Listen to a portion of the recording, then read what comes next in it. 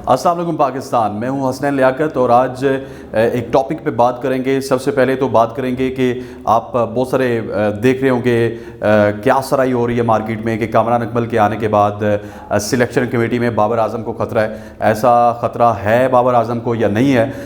वैसे पर्सनली आपको शॉर्ट सा जवाब देता चलूँ कि ऐसा ख़तरा बिल्कुल नहीं होगा। उसकी रीज़न्स मैं आपको आगे जाके बताता हूँ। और इसके अलावा थोड़ा सा सिलेक्शन कमेटी के ऊपर नज़र डालें तो पहले हमने एक तफसीली वीलॉग किया था हारून रशीद के ऊपर, और अब अगर सिलेक्शन कमेटी के मेंबरान की बात करें तो कामरान अकमल भी इसमें आ गए हैं, मोहम्मद समी भी आ गए हैं, तौसीफ अहमद हैं। और सबसे पहले अगर कामरान अकमल को देखा जाए तो कामरान अकमल का नाम लेते ही आपके जहन में एक ही बात आएगी कि कामरान अकमल कौन सा, वही पाकिस्तान क्रिकेट टीम का विकेट कीपर जो कि कैच ड्रॉप करते थे। और कामरान अकमल की एक हिस्ट्री है कैच ड्रॉप करने की। 53 टेस्ट मैचेस पाकिस्तान की तरफ से खेले, 2600 रन कामरान अकमल ने बना रखे हैं। और इसी के साथ साथ 157 ओडीआई मैचेस में 3200 रन कामरान अकमल बना चुके हैं। लेकिन ये जो 53 टेस्ट मैचेस थे जिसमें उन्होंने 2600 रन बनाए हैं, इन 53 टेस्ट मैचेस में आई थिंक 150 कैच तो उन्होंने ड्रॉप किया।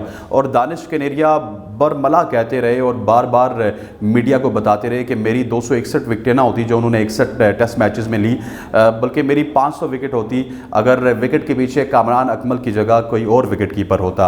और कामरान अकमल ने सिर्फ दानिश कनेरिया नहीं बल्कि हर बॉलर के कैच ड्रॉप किया। आपने देखा होगा वर्ल्ड कप में शोएब अख्तर के कैचेस भी ड्रॉप हुए थे। और उसके बाद शोएब अख्तर की बॉल पे जब रॉस टेलर का कैच ड्रॉप हुआ तो 4 छक्के पूरे पाकिस्तान को याद हैं। और फिर वहाँ पे भी एक चपकरेश हुई थी शोएब अख्तर और कामरान अकमल के दरमियान। और इसके अलावा सईद अजमल भी काफ़ी दफ़ा जिक्र कर चुके हैं कामरान अकमल के कैचेस की कि किस तरह रेगुलरली वो कैच ड्रॉप करते थे।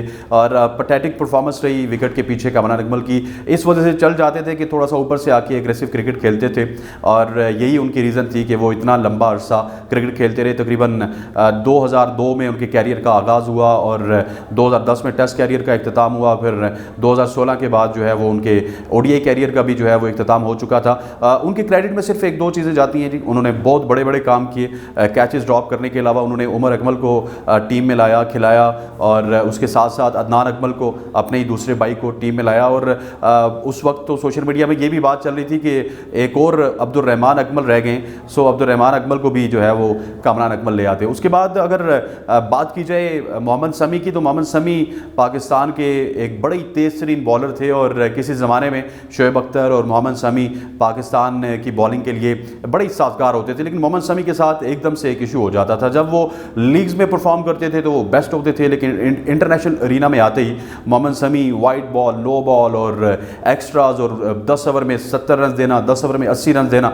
और ये जो एक्सपेंसिवनेस थी इसकी वजह से मोहम्मद समी को टीम से बाहर जाना पड़ा। तीसरा नाम अगर यासिर हमीद की बात की जाए, was a very very elegant batsman और अपने डेब्यूज़ में उन्होंने सेंचुरीज़ की और आई थिंक 25 टेस्ट मैच खेले उन्होंने पाकिस्तान के लिए और कुछ इतने ही ओडीआई मैचेस खेलें और बड़े एलिगेंट बैट्समैन होते थे। उनको उतना मौका नहीं मिला, लेकिन अब उम्मीद करते हैं कि जब उनको मौका नहीं मिला तो वो ऐसे लड़कों को ज़रूर तलाश करेंगे कि जिनको मौके की तलाश होगी और जिनको मौका मिलते ही वो पाकिस्तान को आके परफॉर्म कर सकें। और अगले तौसीफ अहमद साहब, उनको आप जानते हैं 64 साल की उम्र है और पाकिस्तान में आपको टीवी पे तज़िये करते हुए वो दिखाई देते हैं। आप देखते हैं कि तौसीफ अहमद साहब किस तरह की परफॉर्मेंस देते हैं सिलेक्शन कमेटी पे। और बहुत सारी क्या सराही हो रही थी, जिस तरह हमने पहले बात की कि मिकी आर्थर के आने के बाद और कामरान अकमल के आने के बाद बाबर आजम को खतरा है। भाई कोई खतरा नहीं है बाबर आजम को, क्योंकि हमने 2 दिन पहले देखा है नजम सेठी साहब और बाबर आजम की जो कन्वर्सेशन थी, और नजम सेठी साहब जिस तरह उनके साथ